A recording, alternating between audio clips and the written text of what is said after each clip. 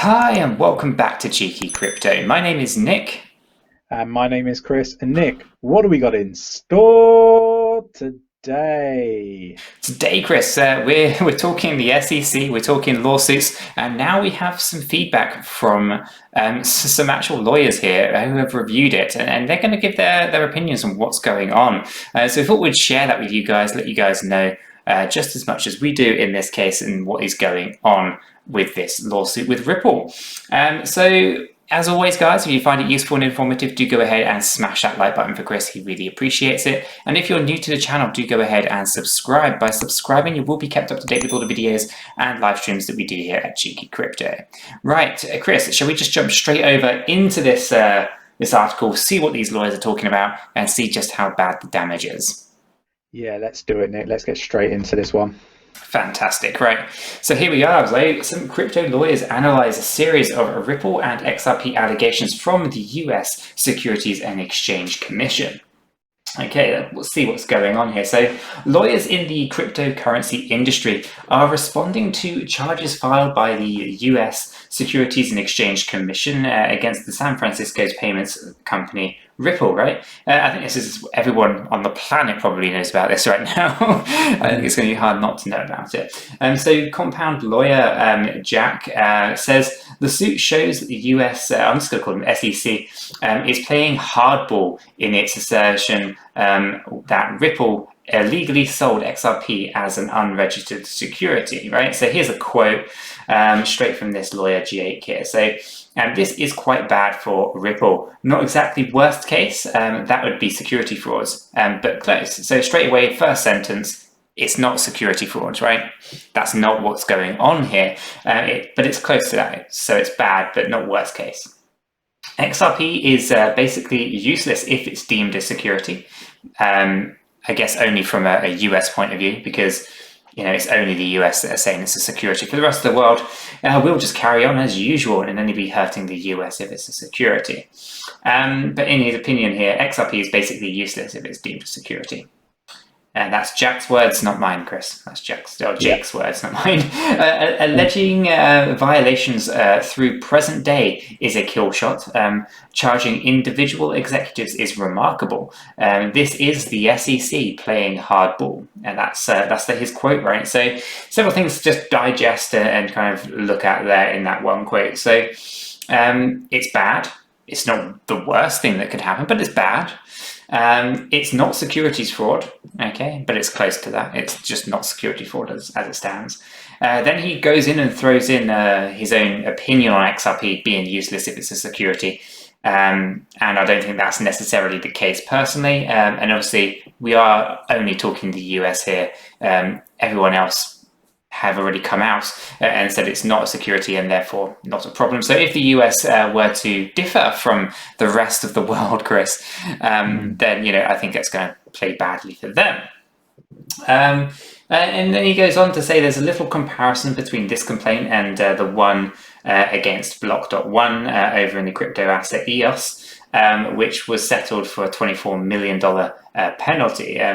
We're already way off the EOS track. There's a huge difference between settling an enforcement action behind closed doors, as in the case with EOS, versus taking the SEC to court, right? Not to mention that the SEC appears to be charging Brad Garlinghouse and Chris Larsen individually, which is quite rare. So let's break that down. Obviously not comparable with EOS. They did closed door negotiations, paid a penalty, and that was that, right?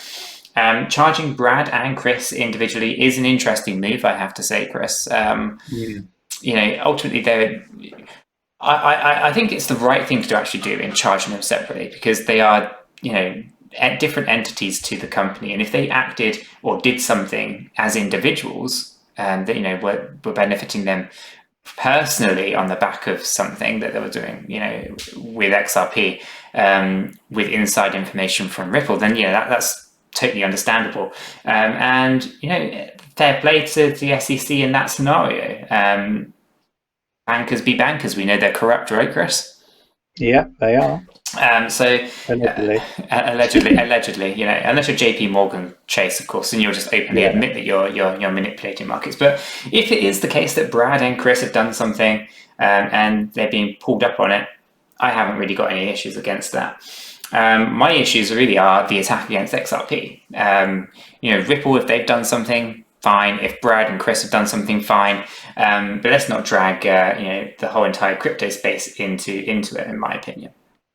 But let's see what else is going on here. So Stephen Pally here, a blockchain and digital currency lawyer at Anderson Gill, says the SEC believes the distribution of XRP was clearly centralized, and that's the bigger crux of the matter, right? So just read through the complaint and they came fully loaded for bear, right? For a non-fraud complaint, it's brutal. Again, non-fraud complaint, but it is pretty much going for the jugular.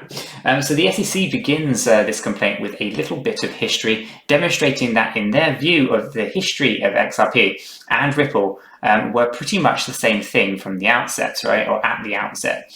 They also get legal advice, or got legal advice that was probably, advice that it was probably a securities offering and thus needed to be registered. So there's obviously a memo that's been flying around or has gone around within Ripple saying that they should have potentially registered XRP as a securities offering at the time. And he goes on here to say, curious to know how the memo came into the hands of the SEC. Also a very good point, because if there was a memo flying around Ripple saying it was probably a security, who gave that to the SEC, right? So think about what's going on there.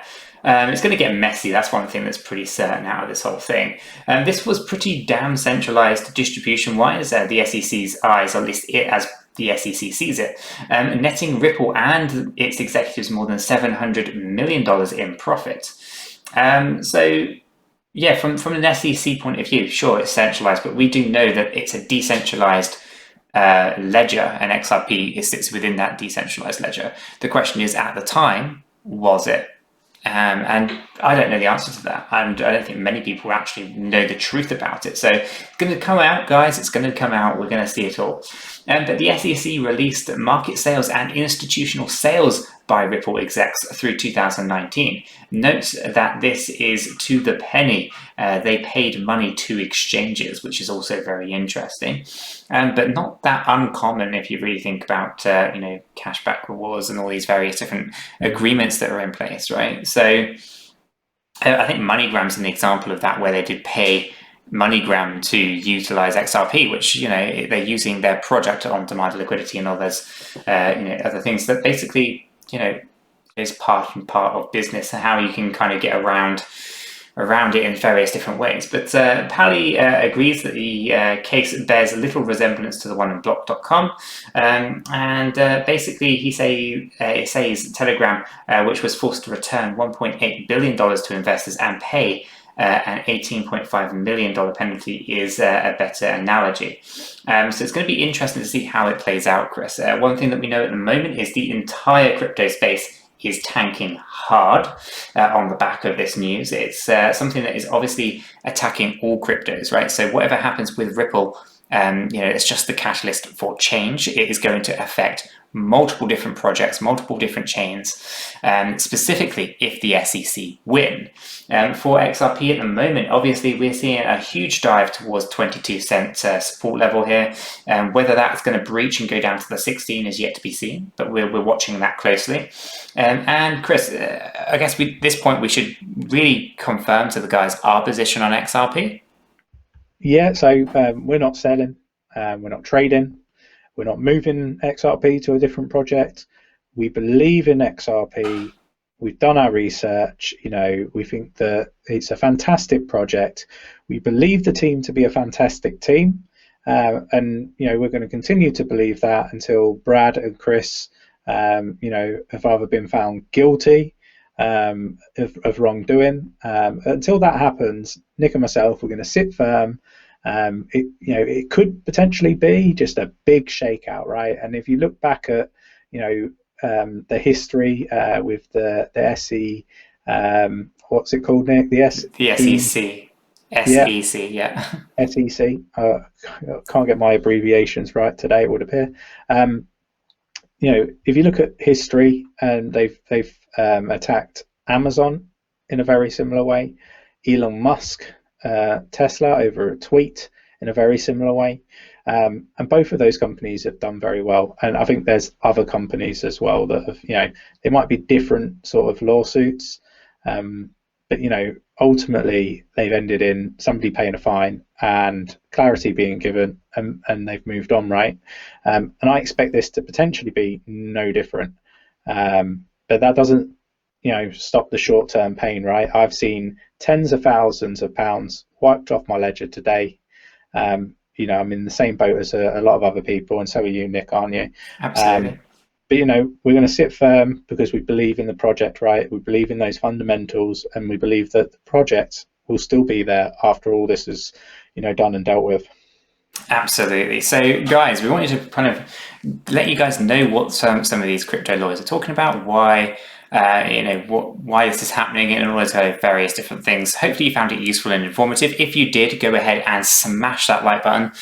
Chris appreciates it, I appreciate it, and I like to think the whole cheeky crypto community here really appreciates it. And if you are new to the channel, do go ahead and subscribe. By subscribing, you will be kept up to date with all the videos and live streams that we do here at Cheeky Crypto. And with that being said, we hope you have a fantastic day, and we'll catch you all in the next one. Yeah, take care, everyone.